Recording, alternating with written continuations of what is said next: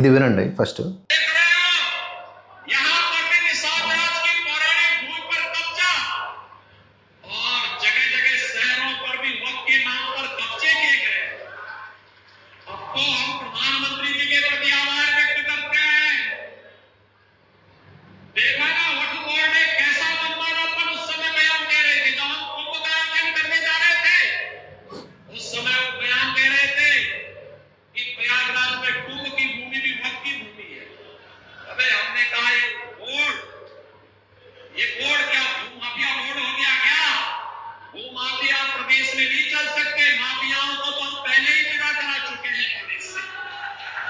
మహాకుంభ్ జరిగింది కదా, ఆ కుంభమేళ ప్రాంతం ఏదైతే ఉందో అదంతా కూడా వక్ఫ్ కింద క్లెయిమ్ చేయడానికి మేము ముందుకు వస్తున్నాము అని ఒక అనౌన్స్మెంట్ చేశారు కొంతమంది ఈ వక్ఫ్ రిలేటెడ్ వ్యక్తులు.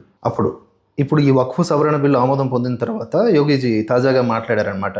ఏమని అంటే, మీది ఏమన్నా భూ మాఫియాకు సంబంధించిన బోర్డా, భూదందాకు సంబంధించిన బోర్డా? మేము మాఫియా మీద ఎలా తిరగబడతామో తెలుసు కదా, అసలు మాఫియా లేకుండా చేయడం మా సంకల్పం అని తెలుసు కదా అని ఇలా మాట్లాడుతూ జనాలకు చెప్తున్నారు. ఈవెన్ కుంభ మేళాకు సంబంధించినటువంటి స్థలాన్ని కూడా వక్ఫ్ క్లెయిమ్ చేయడానికి సిద్ధమైంది.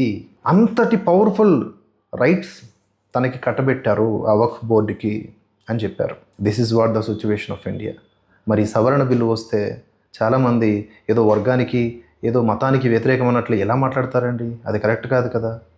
బాధితుల్లో ముస్లింలు కూడా ఉన్నారు కదా. మరి అలాంటప్పుడు ఇది ఏ మతానికి వ్యతిరేకం కాదు, భారతదేశానికి అనుకూలం. మరి ఇటువంటి వాటిని స్వాగతించాలా వద్దా?